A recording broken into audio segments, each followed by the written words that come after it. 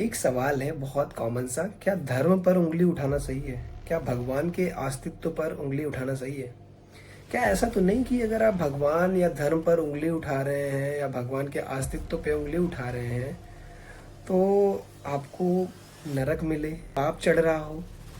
ऐसा तो नहीं कि आपको जब आप नरक में जाओ आपको गरम तेल के कढ़ाई में डाला जाए। भाई बहुत सारी मिथ हैं और बहुत सारी सच्चाई हैं हिंदू धर्म में, जिसे हम समझना तो चाहते हैं, बट होता क्या है कि हमारी पीढ़ियों ने हमें इस तरह से दबा के रखा है। हम धर्म और भगवान के नाम पर इस तरह से दबाए गए हैं बचपन से कि हम इन चीज़ों पर सवाल कर ही नहीं पाते। लेकिन गलती हमारे पेरेंट्स की भी नहीं है, उनको भी दबाया गया है और उनके पेरेंट्स को भी दबाया गया है। तो ये प्रथा दबाने वाली ना लगभग कई 100 सालों से चली आ रही है। तब जाके आज इन चीज़ों की बात करने पर कतराते हैं। उनको लगता है कि इन चीज़ों पर बात करना सही नहीं है। भगवान पर, धर्म पर हम उंगली उठाएंगे तो हमारे ऊपर कुछ पाप जैसी चीज़ें हो जाएंगी और हमारे साथ कुछ गलत होगा। और होता भी है। आज मैं मान लो अगर धर्म पर उंगली उठा रहा हूँ, भगवान पर उंगली उठा रहा हूँ, कल को मेरे साथ कुछ बुरा होता है तो ये कहने वाले बहुत लोग मिल जाएंगे कि भाई बहुत बनता था ये, धर्म पर भगवान के खिलाफ ऐसे ऐसे बातें करता था, फल मिल गया इसे। जबकि मैं उनसे ये पूछना चाहता हूँ कि जो बहुत ज़्यादा मंदिर में पूजा पाठ करते हैं, क्या उनके साथ कुछ बुरा नहीं होता है? उनके साथ भी हो सकता है। और धर्म के या भगवान के ऊपर उंगली क्यों ना उठाओ? इसके पीछे का कोई एक लॉजिक, कोई एक पॉजिटिव चीज़ आप बता दो मुझे, तो मैं नहीं उठाऊंगा। आप एक बार सोचो कि अगर भगवान एग्जिस्ट कर रहे होते, इसमें बहुत ज़्यादा लॉजिकल बात नहीं करूँगा, जो कुछ ऐसे एग्जाम्पल्स हम लोग अपने आसपास रोज़ाना देखते हैं।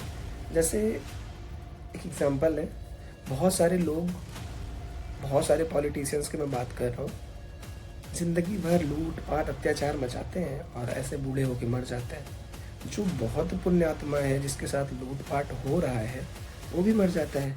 तो भगवान इस पृथ्वी पर क्यों गलत सही नहीं देखते?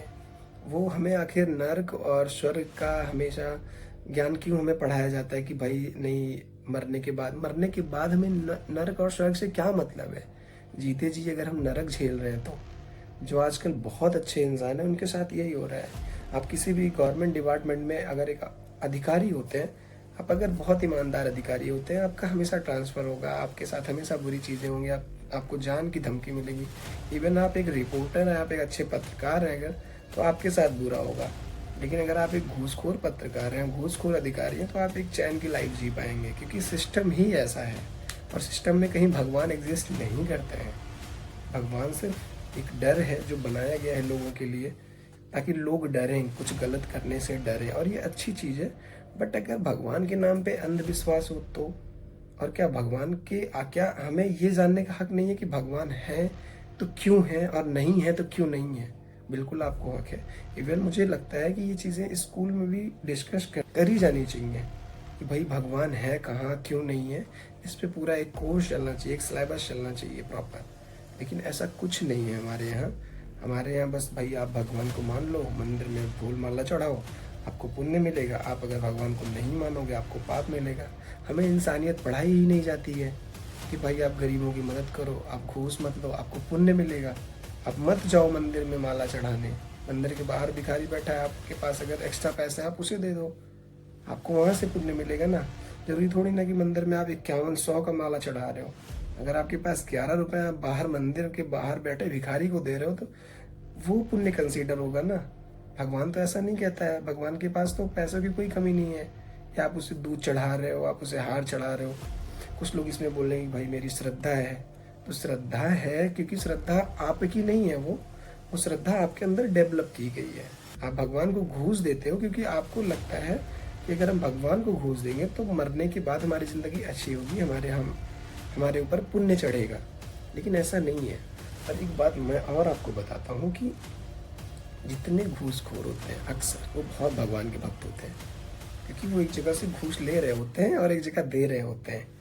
यहाँ से लेके उनको लगा कि हमने पाप किया है। किसी, जैसे एक वकील की बात करें, किसी घूसखोर वकील की, अगर किसी गरीब से वो पैसे लेता है, घूस लेता है, कुछ भी लेता है उसे केस जिताने के नाम पे या कुछ भी, तो वो भगवान के जाके थोड़ा सा चढ़ाएगा कि भाई मैंने यहाँ तो पाप कर दिया लेकिन ये चढ़ा के मैं थोड़ा सा पुण्य कमा लेता हूँ। तो ये सब सिस्टम में है हमारे, और ये बहुत गलत चीज़ें हैं। तो हमें बिल्कुल इन चीज़ों पर डिस्कस करना चाहिए। आप बिल्कुल धर्म के बारे में, भगवान के बारे में खुल के डिस्कस करें। आपके मन में कोई संदेह हो, सवाल हो, आप पूछिए। इवन आप हमारे कमेंट बॉक्स में भी पूछ सकते हैं। या मैं ऐसा कुछ बहुत बड़ा ज्ञानी नहीं हूँ कि मैं भगवान के बारे में अपने ओपिनियन दे सकूँ, बट हाँ, मैं बिना जाने, मैं मानने वालों में से नहीं हूँ। मैं ऐसे यकीन नहीं करता हूँ, तो मुझे भगवान पर यकीन नहीं है। आप मुझे एथीस्ट मान सकते हैं, क्योंकि मैं ऐसे अंधविश्वासों से बहुत दूर रहना चाहता हूँ। बाकी ज़िंदगी जैसी होगी देखी जाएगी। और मैं आप लोग से भी यही बोलूँगा कि अपने परिवार को अंधभक्ति से ज़रूर निकालिए। अक्सर क्या होता है कि हम लोग के जो पेरेंट्स होते हैं, जो 90s के हैं, तो उनके अंदर ये सब कूट कूट के भरा होता है। जैसे अभी एक बागेश्वर बालाजी बहुत चल रहे हैं मार्केट में, तो कभी कभी जैसे मेरी मम्मी है, वो बीमार होती है, तो उनको लगता है कि भाई चलना चाहिए बालाजी धाम। वो टीवी में देख देख के पागल हो जाती है कि भाई मुझे बालाजी धाम चलना चाहिए। और वहाँ पे भाई वो बाबा जी तुरंत पर्ची वर्ची बना के इलाज कर देते हैं, आशीर्वाद दे देते हैं। आपको लगता है ऐसा होगा? आपके पास कोई भी बड़ी प्रॉब्लम हो, आप जाइए बालाजी, कभी आप नहीं ठीक होंगे। सब सेटलमेंट है, सब सिस्टम है, सब एक तरह। बालाजी जो बालाजी और ये धीरेन्द्र शास्त्री वास्त्री जो भी हैं मार्केट में, ये सारे पाखंडी हैं। ये कुछ भी नहीं है, और एक दिन ये एक्सपोज होंगे। जिस तरह से आसाराम बापू मार्केट में एक्सपोज हुए थे, थू थू हुई थी हर जगह, वैसे ही सेम। तो भाई आप भगवान पर खूब सवाल उठाइए, धर्म पर खूब सवाल उठाइए, जब तक संतुष्ट ना हो जाइए। और हम लोग का मकसद है हिंदू धर्म को एक पढ़ा लिखा धर्म बनाना। जो धर्म की बातें करे, जो हिंदू राष्ट्र की बातें करे, उसे एटलीस्ट अपना हिंदू धर्म पता हो, अपने भगवान पता हो। होप ये वीडियो आपको अच्छी लगी होगी, कुछ आपको सीखने को मिला होगा। अगर यस तो वीडियो को लाइक करिए और चैनल को सब्सक्राइब करिए।